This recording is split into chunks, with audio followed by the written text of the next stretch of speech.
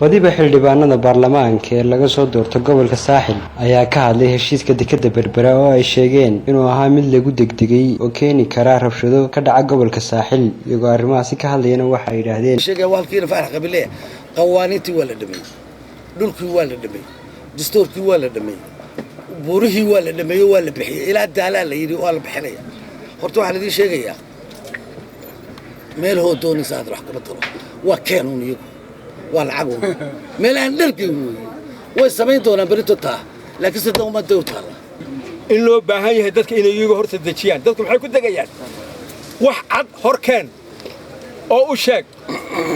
oo qanci anagana qanciya ayaan dhaweyto waxa tagay madaxweynaha ayaa safarkii ugu dambeeyay u baxay Berbera noloma yeerin waxaan war ku maqlay in mudaaharaad iyo wax lagu dhigay waxa weeyaan haddaynu horta caynkaa ku heshiinay wasiir madaxtooyada iyo wasiirada kale joogay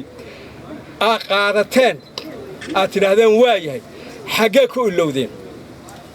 tala kaloo soo jeeday waxay ahayd war nin gunta xumiin wax qarsanayaa baa la moodaayay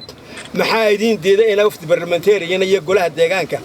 iyo labada gole baarlamaanka ka xaysataano shirka ay muraaqibiin ka noqdaan si ay dadka ay ugu qancaan waxaanu isna hadaa saa sameeysan waxa la oranay waa ilaaluusheen de kuwa cadaan bil cadaanka idin la socda hadaa ka xaysataan waa la oranayaa